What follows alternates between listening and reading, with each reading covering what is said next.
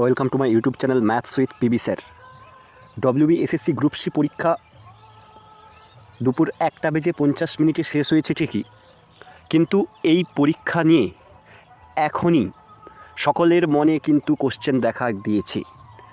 প্রথমেই যে সমস্ত ভিউয়ার্সরা এই চ্যানেলে প্রথম, বলবো এই চ্যানেলটি সাবস্ক্রাইব করে নিতে। WBSSC সহ পশ্চিমবঙ্গ সরকার ও কেন্দ্র সরকারের বিভিন্ন পরীক্ষার এক্সাম সংক্রান্ত তথ্য ও ক্লাস এই চ্যানেল থেকে প্রোভাইড করা হয়। প্রথমে আমি ক্ষমা চেয়ে নিচ্ছি আমার সাউন্ডের জন্য, আজকে আমি একটা অন্য জায়গায় থাকার কারণে সেভাবে ভিডিও দিতে পারছি না। তো কোশ্চেন পেপারটা অ্যানালাইসিস করতে সময় লাগলো। আজকে প্রথমেই যেটা আলোচনায় আসবো, কোশ্চেন পেপার অ্যানালাইসিস। দেখো, এইটা কিন্তু একটা যখনই 9, 10 এবং 11, 12-এর পরীক্ষা হয়েছিল তখন বলা হয়েছিল, এই চ্যানেল থেকেই বলা হয়েছিল যে কোশ্চেন প্যাটার্ন সহজ করে দেওয়া, এটার মধ্যে অন্য কোনো অভিসন্ধি নেই। তো সেটা কিন্তু আবার গ্রুপ সিতেও কিন্তু দেখা গেল কোশ্চেন পেপার অপেক্ষাকৃত সহজ।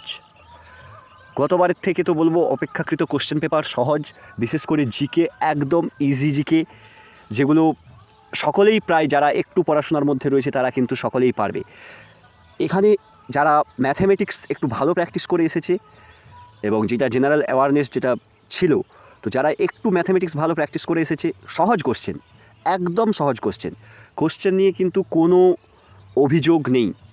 এই কোশ্চেন যথেষ্ট পরিমাণে সহজ কোশ্চেন। 50 নাম্বার যারা পড়াশোনার মধ্যে রয়েছে, 60-এর মধ্যে 50 কিন্তু অনায়াসেই পাওয়া যাবে। সেজন্য এই কোশ্চেনটা কিন্তু ইজি টু মডারেট, এক কথায় ইজি বলাই চলে। মোটামুটি যারা পড়াশোনার মধ্যে আছে তারা কিন্তু 50+ স্কোর করবে, এটা ধরে নেওয়া যায়। তবে এর পিছনে অনেক বাইরে থেকে যেটা অ্যানালাইজ করা যায়, পরীক্ষার হলে গিয়ে কিন্তু অনেক কিছু ইমোশন কাজ করে, সে কারণে কিন্তু নাম্বারটা যতটা এক্সপেক্ট করছি বাইরে থেকে, সেটা কিন্তু ক্যান্ডিডেটরা কিন্তু সেই নাম্বার আনতে পারে না, এটা একটা ফ্যাক্ট। তো সেই ফ্যাক্ট বিচার করে কোশ্চেনের ইজিনেস, এতটাই সহজ কোশ্চেন, সব দিক বিচার করে কিন্তু আজকে একটা আর্লি এস্টিমেট কাট অফের প্রেডিকশান দিচ্ছি। প্রথমেই বলবো যে এই যে কাট অফটা আমি দিচ্ছি, এটা কিন্তু আর্লি এস্টিমেট, এর জন্য কিন্তু সম্পূর্ণ যে ডেটা কালেকশন, সেই কালেকশন কিন্তু এখনও সম্পূর্ণ হয়নি। টেলিগ্রাম গ্রুপ থেকে বা বিভিন্ন জায়গা থেকে যে ডেটা সম্পূর্ণ কালেকশন হয়নি, এবং অনেকে এখন পার্সোনালি কথা বলে জেনেছি, অনেকে বলতে চাইছে না। পরীক্ষা কিন্তু ভালো হয়েছে অনেকের, আগে থেকে বলতে চাইছে না। আর আরেকটা জিনিস, যে প্রত্যেক 800 জন পরীক্ষার্থীর মধ্যে মাত্র 3 জন নিয়োগ পাবে, যেটা কিন্তু বলতে গেলে একদম খুবই টাফ একটা ব্যাপার। 800 জনে মাত্র 3 জন, তো সেই হিসাবেই পরীক্ষা ফর্ম ফিল আপ হয়েছে, সেই হিসাবে পরীক্ষা দেওয়া হয়েছে, সকলে পরীক্ষা দিয়েছে, সবাই জেনেই পরীক্ষা দিয়েছে। তো এই জন্য কিন্তু কাট অফের ব্যাপারটা কিন্তু এই জন্য হাই হতে চলেছে। আমি প্রথমেই দেখতে বলবো যেটা তোমাদের, যে ইউআর ক্যাটাগরি, জেনারেল বা ইউআর ক্যাটাগরি, এদের জন্য কিন্তু 55 to 57 কাট অফ যাবে 60-র মধ্যে। অনেকেরই মনে হতে পারে যারা জেনারেল ক্যাটাগরি রয়েছে যে এটা অনেকটাই হাই বলছো। আমি এটা কিন্তু হাই বলছি, এই কারণেই হাই বলছি, যখন রেজাল্ট বেরোবে তখন তোমরা সহজেই দেখতে পাবে যে আমি যে কাট অফটা বলেছি সেটার থেকেও হয়তো 1 নাম্বার বেশি চলে গেছে। তো সেজন্য গতবারে দুর্নীতি হয়েছিল, এবারে যে দুর্নীতি হবে না বা কোথাও হয়নি তার তো গ্যারেন্টি এখন থেকে নেওয়া সম্ভব না। ধরে নিচ্ছি যে দুর্নীতি হবে না, কোনো রকম দুর্নীতি হবে না। তো কোনো রকম দুর্নীতি হবে না ধরে নিয়েই কাট অফটা বলছি, যে কাট অফ কিন্তু 55 to 57 জেনারেল ইউআরের জন্য। নেক্সট দেখতে বলবো যে ওবিসি এ অ্যান্ড বি।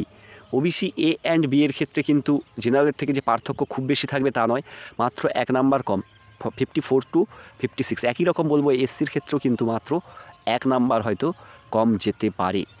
আর এসটির ক্ষেত্রে যেটা সবথেকে যেটা বড় ব্যাপার, এসটির ক্ষেত্রে কিন্তু কাট অফটা একটু কম যাবে। যারা 48 to 50-র কাছাকাছি এসটি রয়েছে তারা নিঃসন্দেহে থাকতে পারো যে চাকরি কিন্তু পাওয়ার চান্স বেশি।